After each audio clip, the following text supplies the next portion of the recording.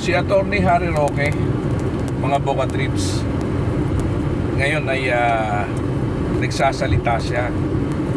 Ang sabi niya, isa raw sa kanyang pinagsisisihan yung siya ay napasama pa doon sa tinatawag na unity. Bakit daw siya ay nakasama-sama pa sa Marcos at sa Duterte? Tila po parang meron ng pagsisisi sa kalooban itong si Attorney Harry Roque. Alam niyo mga Boca Trips, kung tutuusin, wala naman po sana talagang problema si Attorney Harry Roque. Ang naging problema lang po kasi niya yun pong sobrang pagiging loyal po niya, yun pong kanyang loyalty sa mga Duterte. At yun pong kanyang loyalty yun, yun po ang nagtulak sa kanya mga Boca Trips para po kumbaga ay kalabanin din po niya ang administrasyon po ni Pangulong Bongbong Marcos. Pero kahit po naman na gayon ang nangyari, sabi nga po natin, kung ginamit po sana, hindi naman po sa kung ano pa man hindi po sa akin nagmamagaling. Pero kung ginamit po ni Attorney Harry Roque ang kanyang pinag-aralan sa pagiging isang abogado, sana hindi po niya dinadanas ang ganito. Sana hindi po niya dinadanas ang ganyan. Nagkamali po kasi siya sa assessment niya. Inakala po niya na ganun lamang po kabilis pabagsakin ang pamahalaang Marcos. Dahil naniwala po kasi siya, mga Boca Trips, na weak leader itong si Pangulong Bongbong Marcos. Kaya inilabas po niya ang kanyang pamamaraan sa pag-aaklas. Bagaman, mga Boca Trips, kung tutuusin po natin, may kakayahan naman po talaga si Attorney Harry Roque.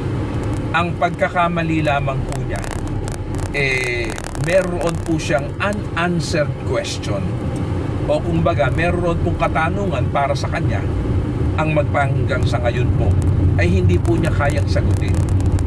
Kaya sa halip na sagutin po niya yung tanong na yon na may kinalaman po sa illegal gambling o yun po kanyang involvement sa Pogo, yun po yung ginamit niyang sandata, ang pakikipagtulungan o ang pakikipagkaisa sa pagpapabagsak dito po sa pamahalaan ni Pangulong Bongbong Marcos. Kaso baliktad po ang nangyari. Hindi po nila kinaya, kumbaga, at magpahanggang sa kasalukuyan po, patuloy pa rin po ang pamahalaang Marcos at hindi pa rin po ito, kumbaga, napapabagsak ang pamahalaang Marcos.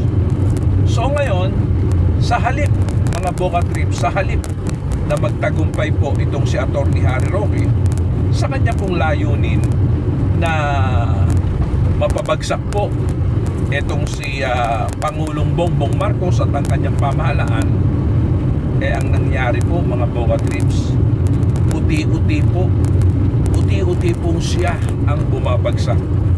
Pauti-uti po bumabagsak po si Attorney Harry Roque hanggang sa dumadating na po siya sa punto na halos hindi na po niya kayanin. Kanya nga po sabi ko, kung ginamit lamang po ni Attorney Harry Roque ang kanyang talino sa pakikipaglaban at hindi po ang kanyang puot o ang kanyang galit sa pamahalaan, sana hindi po ganito ang mangyayari sa kanya.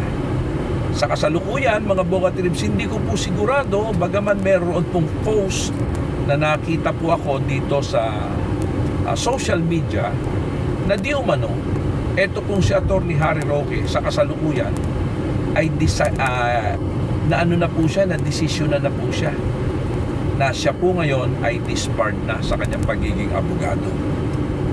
So nakakalungkot po naman nang dahil lamang po sa kanyang paninindigan, sa kanyang prinsipyo na hindi po natin pare-pareho alam kung ito po ay tama o mali, nawala po, na para lamang bula ang kanya pong mahabang panahong pinagsumikapan ang pagiging isang abogado.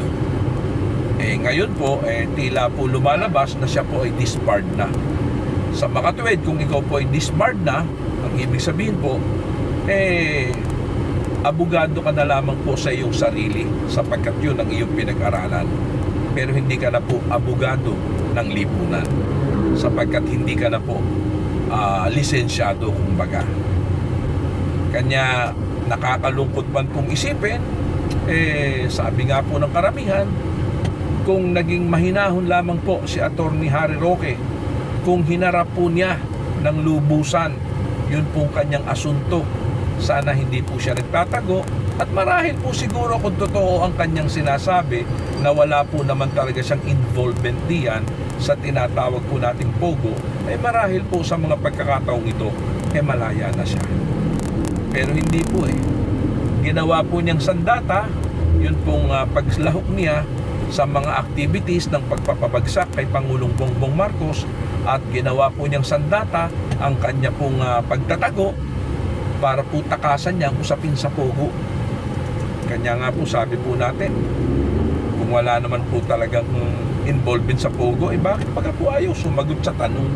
Bakit baga po ayaw bumalik ng Pilipinas at magpaliwanag siya kung ano po ang kanyang totoong involvement? Kung wala man po o meron, siya po dapat ang nagpapaliwanag nito.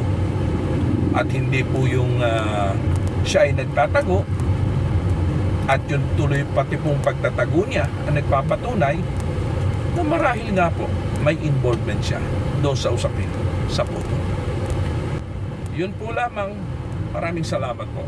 Mga Boga Trips, tangkilikin nyo po ang aking channel po dito sa YouTube.